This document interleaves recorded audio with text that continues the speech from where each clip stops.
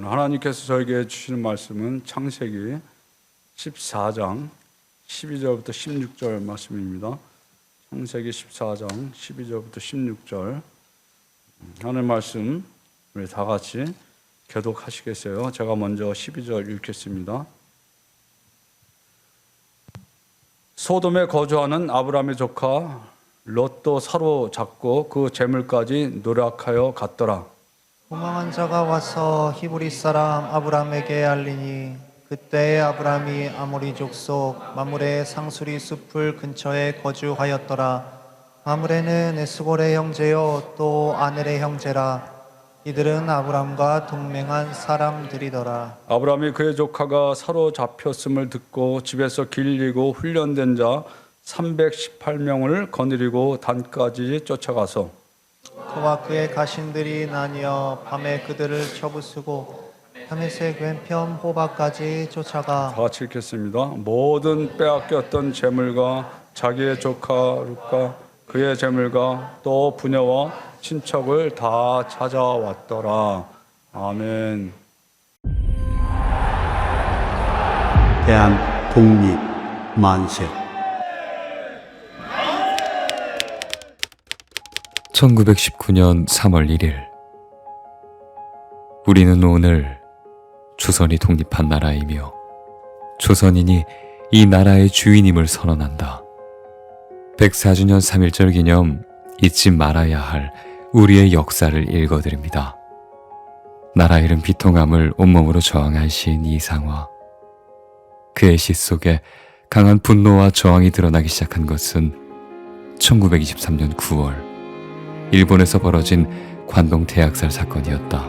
당시 일본에서 발생한 관동 대지진을 계기로 일본인은 거리를 방랑하는 한국인들을 닥치는 대로 무참히 학살했다. 이것은 관동 대학살 사건으로 명명할 만큼 대참사였다. 이상화는 학살당하는 한국인의 시신 앞에서 절규하며 무너지고 있는 조국의 현실을 직시했다. 관동 대지진으로 귀국한 이상화는 시작에 몰두했고 1926년 그의 대표작 빼앗긴들에도 봄은 오는가를 발표하며 세상에 이름을 알렸다. 일제에 대한 저항의식과 조국의 비통한 현실 그리고 조국에 대한 애정을 절실한 감정으로 노래한 이 시는 단순히 항일 저항 문학을 넘어 한국 근대 문학의 한 획을 그은 작품으로 평가받고 있다. 빼앗긴 들에도 봄은 오는가 이상화. 지금은 남의 땅. 빼앗긴 들에도 봄은 오는가. 나는 온몸에 햇살을 받고 푸른 하늘 푸른 들이 맞붙은 곳으로 가르마 같은 눈길을 따라 꿈속을 가듯 걸어만 간다. 입술을 담은 하늘아 들아 내 맘에는 내 혼자 온 것 같지 않구나. 네가 그렇느냐 누가 부르더냐 답답하라 말을 해다오. 바람은 내 귀에 속삭이며 한 자국도 섰지 마라 옷자락을 흔들고 종다리는 울타리 너머 아씨같이 구름 뒤에서 반갑다 웃네. 독립을 위해 목숨 바쳐 헌신한 선조들의 정신을 되새기는 하루가 되었으면 좋겠습니다. 우리가 절대 잊지 말아야 할 독립운동가들의 이야기를 전합니다.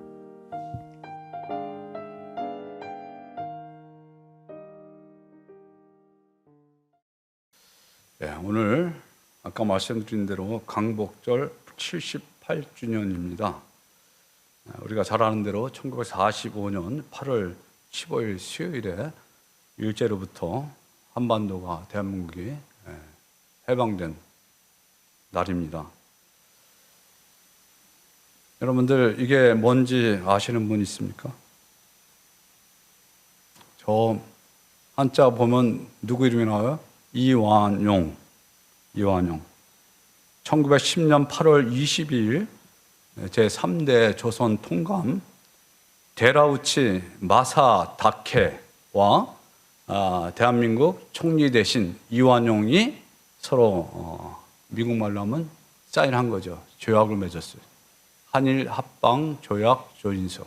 그리고 일주일 후인 29일 8월 29일에 이제 대한민국은 완전히 주권을 대한제국이죠 그때는 상실합니다. 그리고 이제 조선 땅에 조선 총독부를 설치하고 일제 총독을 두어서 식민지 통치를 시작합니다. 조선 총독부는 행정권뿐만 아니라 입법, 사법, 군수, 군대, 통수권까지 다 가진 막강한 권력을 가진 총독부였어요. 그 일제가 시작한 게 뭡니까? 민족 말살을 위한 식민지 교육을 착수했어요. 그래서 우리가 잘 아는 대로 조선말 못 쓰게 하고 일본어를 다 쓰게 만들고 또 조선인에 대한 교육의 목적이 뭐냐면 일본 황제에게 충성된 신민을 만드는 것이 그들의 목표였었어요. 그래서 대한제국에는 대학을 설치하지 못하도록 했다고 합니다. 그냥 기술만 가르칠 수 있는 그런 교육기관만 설치하라고 그랬다는 거예요.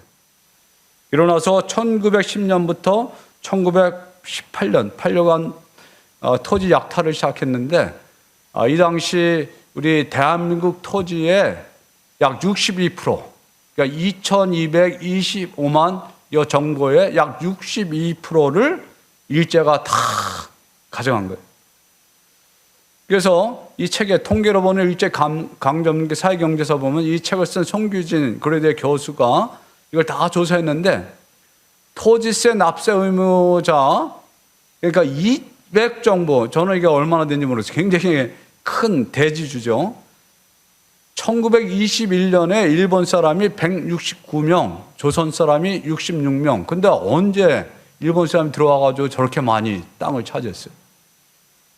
그런데 1936년에 가보니까 일본 사람들은 181명으로 더 늘어났고 조선인은 49명으로 떨어졌어요. 그리고 계속해서 우리 조선 사람들은 이제 가난해졌죠. 1918년까지 일본 사람들이 289개 회사를 설립했는데 한국 사람들은 63개 회사밖에 허가해 주지 않았대요. 한국 사람 신청은 더 많이 했는데. 그리고 일본인 소유의 강산액은 한국인 소유의 300배. 그 당시 무연탄, 흑연, 동강, 아연강, 텅스텐강, 몰리브덴강, 금강, 은강 이런 걸 다 차지한 거예요. 쌀도 1933년 1820만 석이 조선 땅에서 거둬졌는데 일본이 가져간 게 943만 석, 52% 정도를 가져갔대요. 그 이후에도 계속해서. 그리고 소득세, 또 세금을 걷어가는데 1934년 소득세 수탈, 그 전해보다 3.5배가 더 많았다는 거예요. 그리고 이게 전비 조달이 안 되니까 어떻게, 여러분 많이 들었죠? 공출제. 대낮에 그냥 막 와가지고 실어가는 거예요. 처음에 쌀부터 시작하더니 1940년대에는 송진기름, 아주까리기름, 우리 권사님들 기억하시죠? 심지어 녹그릇, 숟가락 이런 것까지 다 걷어갔대요. 그리고 특별히 1941년부터 45년 우리 8월까지 146만 명의 청년, 장년을 잡아서 강산 토목공사 군수공장 투입시켰어요. 돈 안 주죠. 그리고 학도병 지원 제도를 만들어가지고 1943년에 4,500명을 전쟁에 강제로 끌어갔죠. 1944년에는 패전 때까지 20만 명을 강제 동원했대요. 이 총알바지다. 여기 대포밥으로 그렇게 써놨더라고요. 완전히 총알바지로 대포밥으로. 그리고 우리 꽃다운 처녀들 12세부터 20세까지 수십만 명을 강제로 끌고 가가지고 군수공장에 일을 시키든지 아니면은 중국과 남양 지방에 군대 위안부로 내모는 그런 천인 공로할 만행을 자행했습니다. 이에 맞서서 국내에서 항일 독립투쟁 우리가 다 한 것도 알고 있습니다. 오늘 본문도 그 힘센 나라에 대항해서 싸우는 그런 나라들이 나와요. 제가 오늘 제목이 아브라함의 신앙 여정 세 번째인데 이 말씀하고 강목절 말씀하고 이렇게 그냥 보니까 이제 맞게 되더라고요. 그러면 여기도 지금 침략당해가지고 빼앗긴 그런 상황 가운데 있는데 여기 보면은 그 당시에 그러니까 팔레스타인 이북, 오늘날 이스라엘 이북 지역에 있는 네 나라 왕이 밑에 지역에 있는 5 나라를 공격을 한 거예요. 자, 네 나라가 1절에 시나라 왕, 그 다음에 엘라살, 그리고 아리옥 이름하고 이제 나라가 나오는데 그들라오멜, 엘라만 그들라오멜이 가장 강력한 왕이 있었어요. 그러니까 네 왕이죠. 그 다음에 2절에는 5 소돔 왕 베라와 고모라 왕, 그러니까 소돔 고모라 또 뭐예요? 아드마 또 스보임 또 세베벨 벨라코 소알, 그러니까 하여튼 도시국가인데 5 나라, 그러니까 4대 5로 싸움을 했는데 네 나라가 워낙 막강하니까 그돌라오멜 이름이 아주 어려워요. 이 왕이 막강해가지고 이겼어. 싹 쓸어버렸어.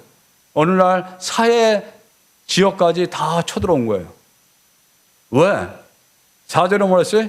12년 동안 그들라오멜을 섬기다가, 이 얘기 뭐냐? 조공을 드렸다는 거예요. 옛날에 우리 대한민국도 옛날에 다 중국에 조공 드렸잖아요. 게다가 13년부터 이제 나라가 좀 힘이 생기고 숫자가 많아지니까 이제 배짱을 부리는 거야.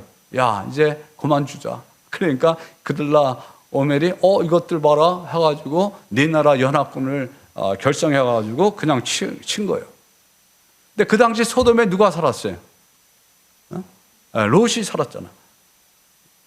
그러니까 네 왕이 소돔과 고모라의 모든 재물과 양식을 다 뺏어갔는데 아브라함의 조카 롯도 거기 살았잖아요. 그러니까 사로잡혀가고 재물까지 다 뺏겼어. 우리가 전장에 보면 13장에 보면 롯이 좋은 땅을 차지해서 나갔잖아요. 그죠? 아브라함이 양보했잖아요. 다 뺏긴 거, 세상으로 다. 점점 세상으로 빠져들면서 다 빼앗겼어. 그런데 그 중에 도망한 한 사람이 와가지고 아브라함에게 이를 알렸어요. 그러니까 아브라함이 어떻게 했겠어요? 쌤통이다. 이놈 자식 잘 됐다. 너 그렇게 욕심 부리더니 너 하나님께 제대로 걸렸다. 그랬을까요? 그러지 않고 아브라함이 자기 집에서 기른 가병 318명을 데리고 그냥 막 쫓아간 거예요. 그래가지고 다 쳐부셨어. 그리고 다 찾아왔어. 뭐라 했어요? 모든 빼앗겼던 재물과 자기의 조카 롯과 그의 재물과 또 부녀와 친척을 다, 롯 때문에 다 잡혀갔던 사람들이 다 살아난 거예요. 그리고 재물까지 다 빼앗았어. 자, 여러분도 한번 생각을 해보세요. 지금 318명이야. 가병이야.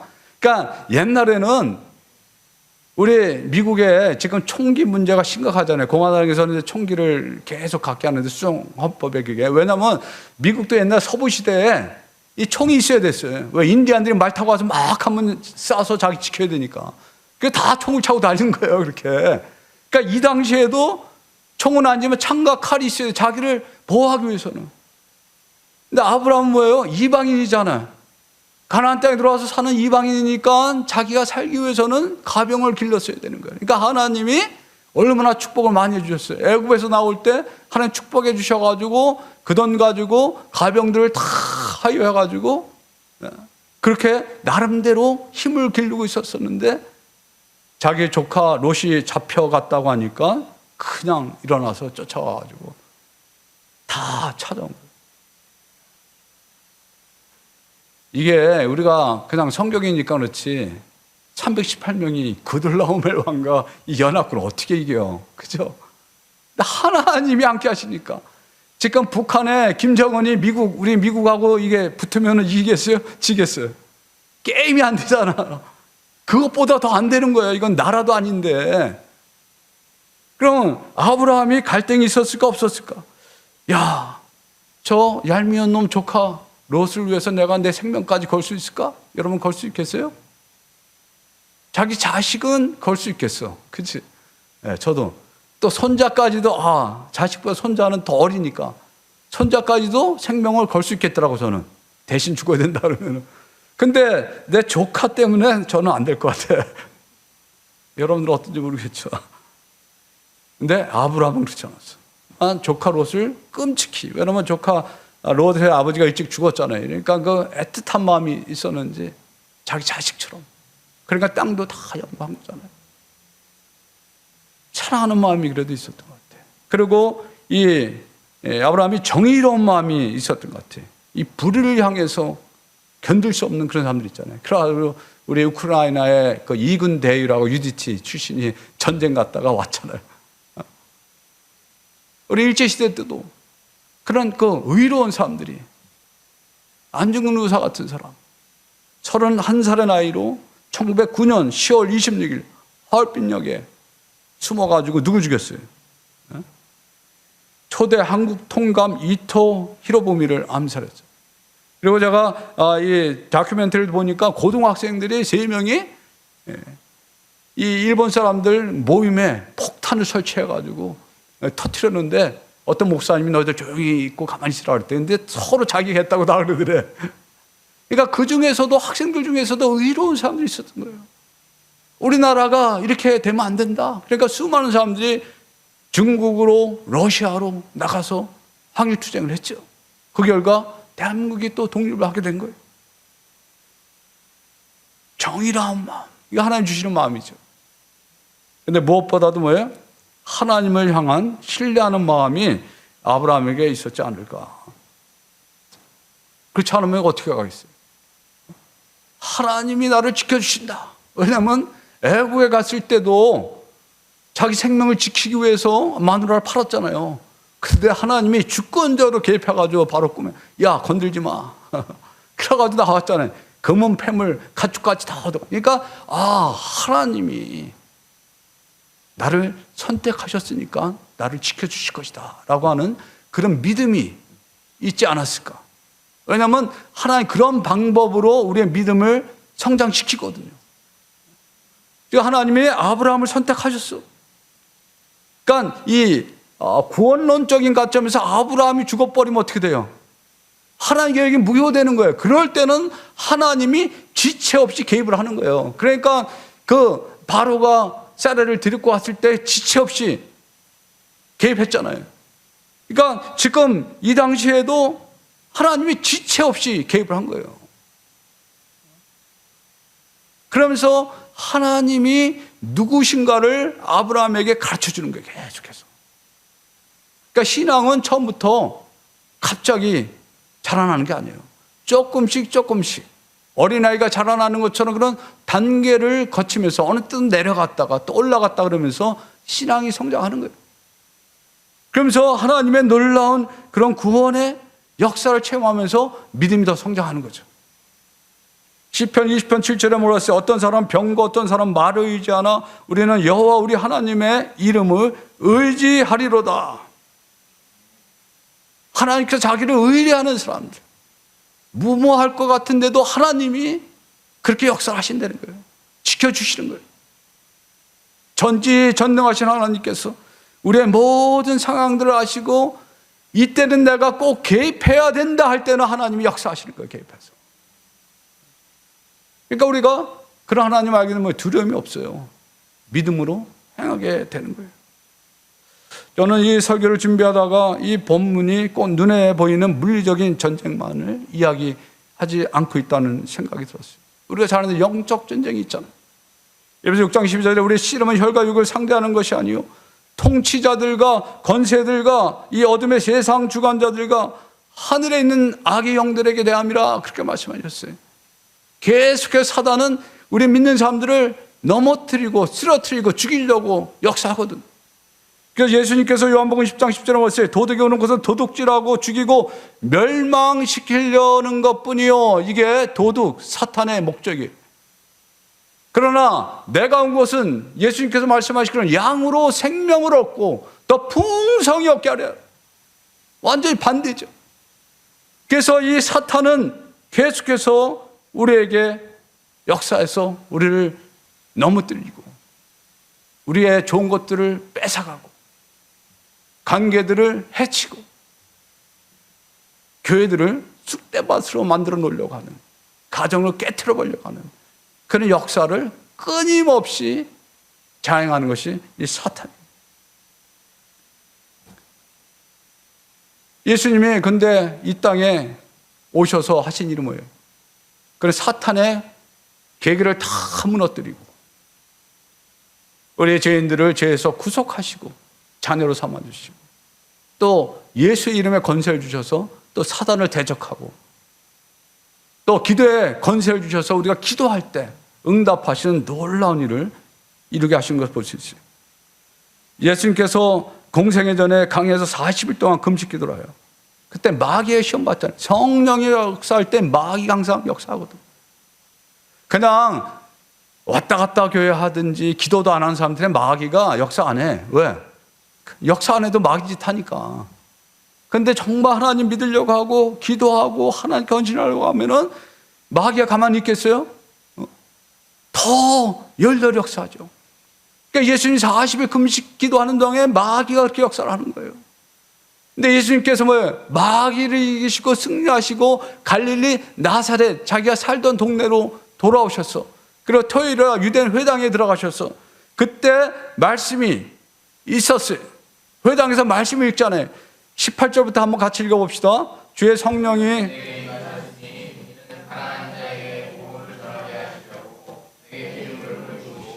나를 보내사 포로된 자에게 자유를, 눈먼 자에게 다시 보게 함을 전파하며 눌린 자를 자유롭게 하고 주의 은혜를 전파하게 하려 하심이라. 이게 이사야 61장 1절 2절 말씀을 예수님께서 인용하신 거예요. 그러면서 이 말씀이 오늘날 너희의 귀에 응하였도다. 이루어졌다는 거예요. 주의 은혜해. 이게 뭐냐면 희년, 주빌리예요. 제가 작년에도 이 말씀 드렸죠. 주 26, 27년쯤 됐을 거라고. 그러면서 예수님이 회당에 들어와서 이 주빌리, 은혜해, 희년이 나로 인해서 완전히 성취됐다 라고 말씀하시는 거예요. 희년이 뭡니까? 레게 보면은 안식년을 7번 세워라. 7년에 7번이면 안식년이 7번 지나서 49년이 끝난다. 그리고 7째 달, 이게 유대 달력으로, 우리 달력으로 한 9월 달쯤 돼요. 열흘날, 속죄일, 이때 뿔날파를 불내는 거야. 그러면 이때 무슨 일이 벌어져요?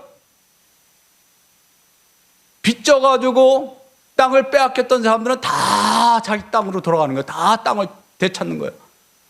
돈이 없어서 남의 집 종으로 노예로 들어갔던 사람들은 다 풀려나가가지고 이제 자기 집으로 다 가는 거예요. 회복의 역사. 희년은 회복의 역사. 주빌리는 원래 요벨, 히브리 말을 번역한 거예요. 이게 수양의 뿌리의 요벨이.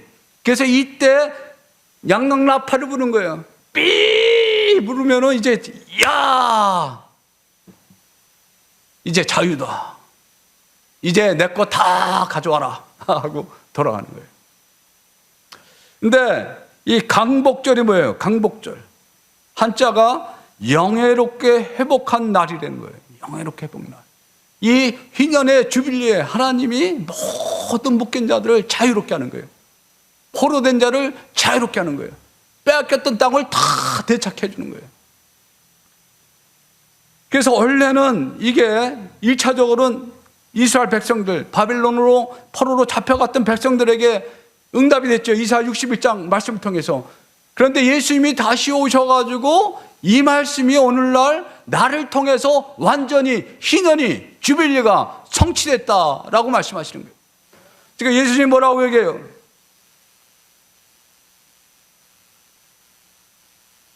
주의 성령이 내게 임하였으니 이런 가난한 자에게 복음을 전하게 하시려고. 복음 뭐예요? 복된 소식인데 가난한 자가 어떤 가난한 자? 물질적으로 땅을 다 빼앗겨서 돈이 없는 자들.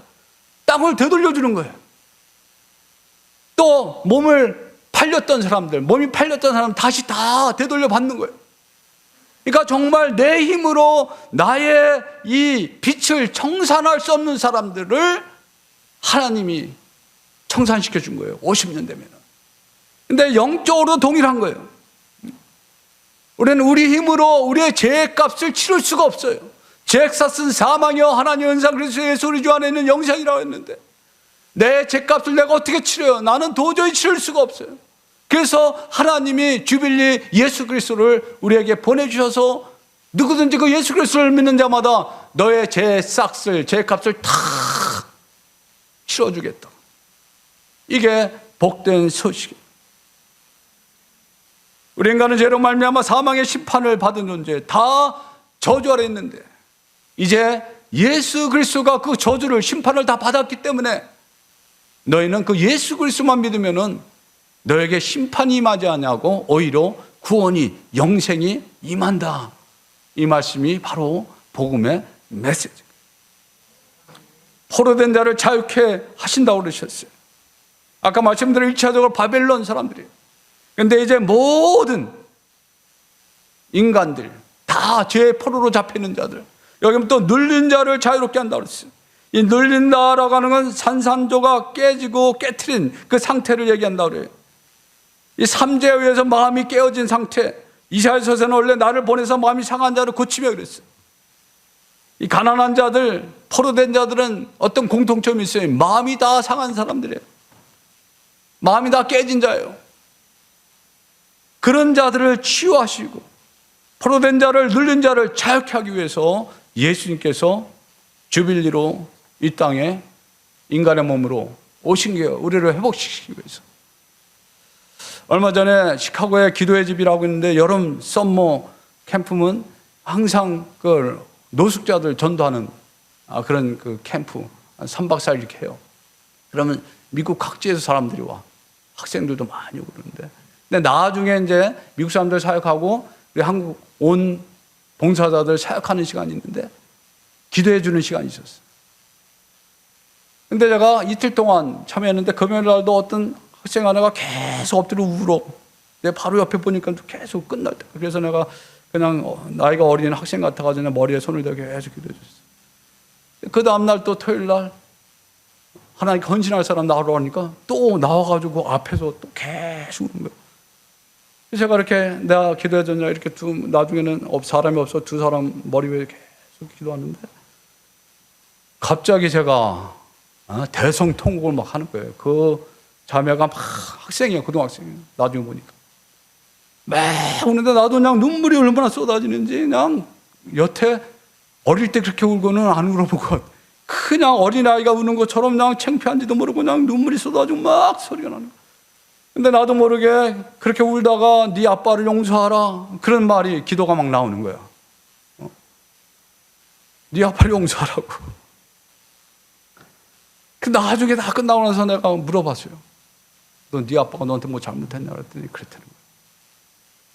왜 그러냐 그랬더니 4살 때 자기 엄마하고 이혼했는데 지금 사는 아빠도 그렇고 이혼 아빠도 그렇고 큰 그 아빠들에 대한 그 상처가 있는 거예요.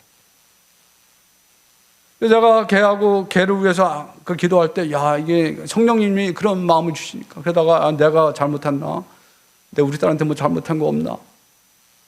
생각하다가 내가 무릎을 꿇고 걔는 모르지 내가 무릎을 꿇고 같이 네 아빠가 잘못한 건 내가 용서해달라. 내가 잘못을 구한다. 성령께서 그렇게 인도하시는 거예요. 로마서 8장 26절에 이와 같이 성령도 우리의 연약함을 도우시나니 우리는 마땅히 기도할 바를 알지 못하나 오직 성령이 말할 수 없는 탄식으로 우리를 위하여 친히 간구하시느니라. 마음을 살피시는 이는 성령의 생각을 하시나니 이는 성령이 하나님의 뜻대로 성도를 위하여 친히 간구하심이라. 또 어떤 여자는 와가지고 막 나한테 어떤 분이 데리고 와가지고 이 여자 위해서 기도해달래. 유방암이 걸렸다는 거예요. 낫기 위해서 기도하래. 근데 그 자매 위해서 막 기도하는데 갑자기 또 이 남편이 뭐 잘못했는데 남편을 용서하라 할 때 이 여자가 또 막. 그래서 제가 이 남편 놈들이 남자 놈들이 다 못됐네. 여러분들 남편들 아빠들 용서하시기 바랍니다. 사단은 관계를 통해서 역사하는데 깨트려요. 예수님은 마음이 상한 자를 고치러 오셨어요. 포로된 자를 자유케 하러 오셨다고 했어요. 눌린 자를 자유케 하러 오셨다라고 말씀하셨어요. 인간은 죄로 말미암아 사탄에게 포로로 잡혔어요. 죄에게 포로로 잡혔어요. 이 세상의 포로, 중독에 포로된 사람이 얼마나 많아. 관계 속에서 어떤 사람을 용서하지 못하면 내가 뭐예요? 미움의 감옥에 갇혀버리는 거예요. 그래서 내가 죽어. 하나님이 나를 살리기 위해서 네가 용서하라고 그러는 거예요. 내가 용서할 때 내가 자유함을 얻고 회복이 일어나는 거예요. 아까 제목에 빼앗긴 들에도 봄은 오는가? 이상한 시인이. 정말 이 사람은 이 시를 쓸 때 정말 봄이 올 것인가? 근데 yes, 봄은 와요. 왜? 예수님이 이 땅에 인간의 몸으로 오셨기 때문에. 바벨론은 종종 세상을 의미해요. 바벨론 포로 생활 70년. 성경은 70이 완전한 수라고 얘기해요. 7 곱하기 10 완전수예요. 완전한 회복과 구원을 상징하는 숫자가 70이에요. 이 완전한 때에 하나님께서는 우리 남북을 통일시켜 주실 거예요. 하나님의 그 완벽한 때에 하나님 방법으로 분단된 대한민국을 회복시켜 주실 것이고, 여러분들이 주 앞에 나가서 주님께 기도할 때 주님께서 완벽한 때에 완벽한 하나님의 방법으로 깨진 관계들을 회복시켜 주시고 여러분들을 그 감옥에서 자유케 하실 것입니다. 기도하겠습니다. 우리 시간에 한번 같이 기도했으면 좋겠습니다. 저는 제가 고등학교 들어갈 때 불란서어를 배우다가 일본어로 바뀌었어요. 그때 저는 어린 마음이었지만 나는 일본어 안 배우겠다. 내가 어떻게 그 일본 놈의 글을 배울 수 있느냐. 혹시 아직도 일본 사람에 대한 그런 증오와 분노가 있는 분들 있으면 이 시간에 예수 그리스도의 이름으로 용서하시기 바랍니다. 혹시 여러분들 관계 가운데 나한테 피해를 준 사람들, 비즈니스 관계 속에서 아니면 사랑 관계 속에서 용서하지 못할 그런 사람들이 있습니까? 이 시간에 그 증오의 감옥에서, 그 미움의 감옥에서 나오시기 바랍니다. 어떻게 나올 수 있습니까? 용서할 때 여러분들이 자유함을 얻고 회복의 역사가 일어나는 줄 믿습니다. 이 시간에 한번 하나님 앞에 우리의 간절한 마음으로 조용하게 같이 기도하겠습니다.